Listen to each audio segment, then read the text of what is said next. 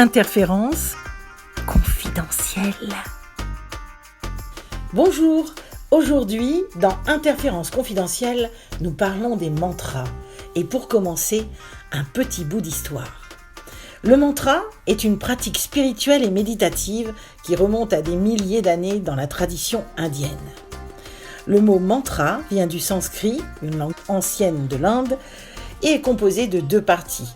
Man, qui signifie l'esprit, et tra, qui signifie la libération. À la base, les mantras sont des phrases courtes et des sons sacrés qui sont répétés plusieurs fois pendant la méditation pour aider à calmer l'esprit et à se concentrer sur l'instant présent. Les mantras sont souvent associés à des divinités hindoues ou bouddhistes et sont considérés comme des outils pour se connecter à ces énergies divines. L'utilisation des mantras remonte aux Védas, des textes sacrés de l'Inde antique, où ils étaient considérés comme des moyens de communiquer avec les dieux. Au fil des siècles, les mantras ont été utilisés dans une variété de contextes religieux et spirituels en Inde et se sont également répandus dans d'autres cultures et traditions. Aujourd'hui, les mantras sont largement utilisés dans le yoga et d'autres pratiques de méditation, ainsi que dans des domaines tels que la thérapie, la musique, la culture populaire.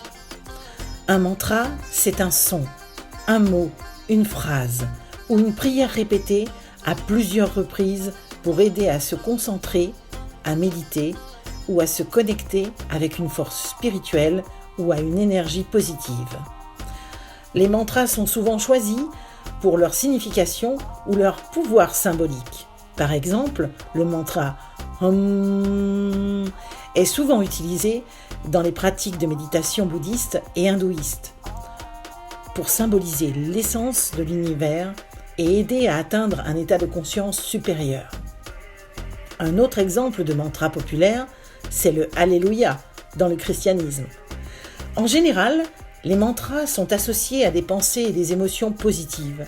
Ils sont utilisés pour aider à cultiver des sentiments de paix intérieure, de confiance, de gratitude, de bienveillance. Cependant, cela ne signifie pas que les mantras ne peuvent pas être utilisés pour aborder des émotions plus difficiles ou des pensées négatives. Par exemple, tel que le mantra « Je suis assez fort pour faire face à mes peurs » peut aider à surmonter l'anxiété ou la peur.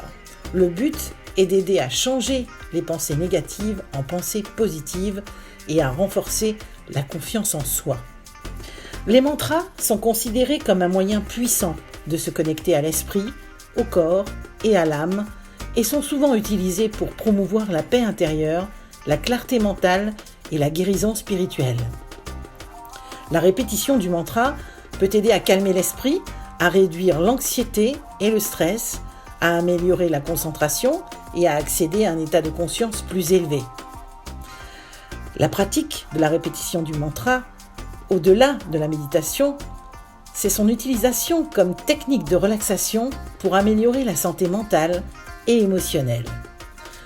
Cependant, il est important de noter que les mantras ne sont pas une solution miracle pour traiter des problèmes de santé mentale et des traumatismes émotionnels graves.